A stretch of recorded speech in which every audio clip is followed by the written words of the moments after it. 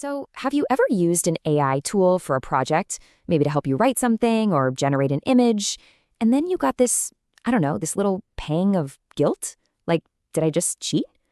Well, you're definitely not alone. So let's get into it. Let's explore this feeling and the super fascinating long history between technology, art, and what it even means to be creative.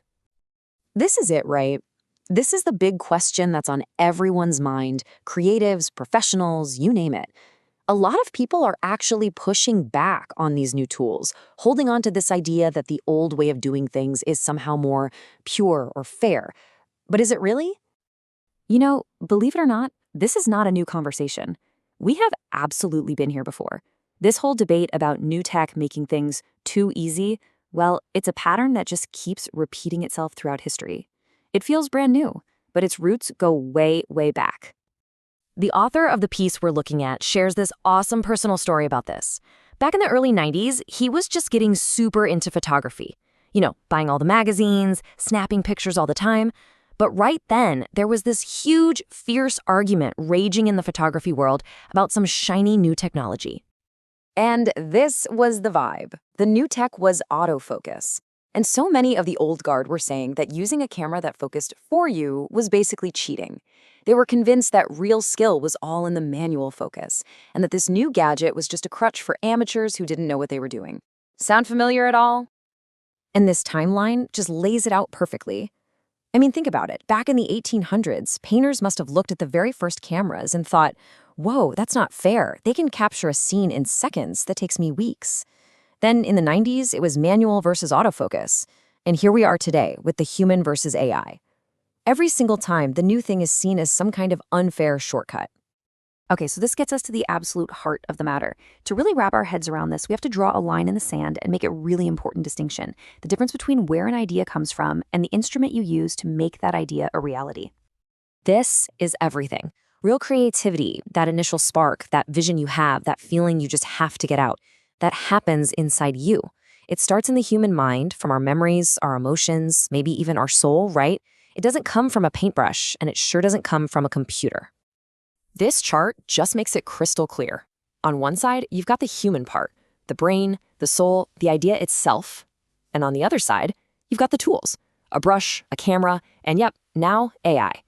See, AI isn't the source of the idea. It's just the newest gadget in the toolbox.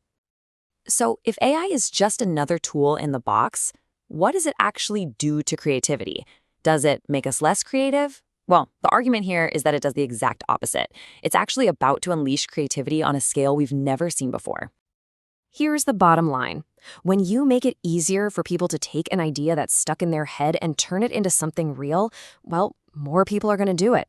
Better, easier tools don't kill creativity. They pour gasoline on it. I mean, just think about photography. Before cameras, only really skilled painters could capture a realistic image. Then digital cameras and smartphones came along and boom, suddenly everyone was a photographer. We saw this massive explosion of photos and videos being shared.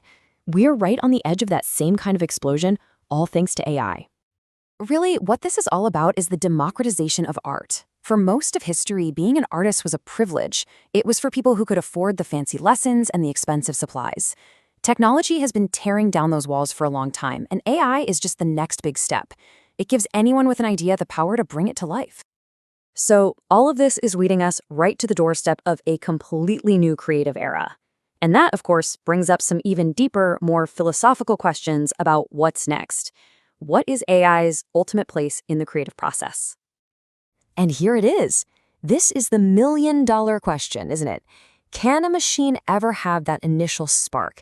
Can it come up with a truly original, creative idea all on its own with zero human input, without a prompt to get it started? The author's gut feeling on this is a pretty firm no. An AI might get really, really good at mimicking creativity, but true creativity, that's born from the human condition, from our experiences, our heartbreaks, our joys. A machine doesn't have a soul, so how can it start something that's truly soulful? It always, always starts with a person. And that brings us right back to the main point. Using AI to make your ideas happen isn't cheating. It's no different than a sculptor using a chisel or a painter using a brand new kind of brush. Calling it cheating is just the latest version of a really old, really tired argument against new things. So the final message here is simple. Your creativity is yours.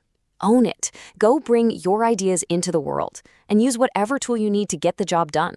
We are walking into an age of almost limitless creativity. So the only question left isn't whether your tools are fair, it's what incredible things are you going to make with them.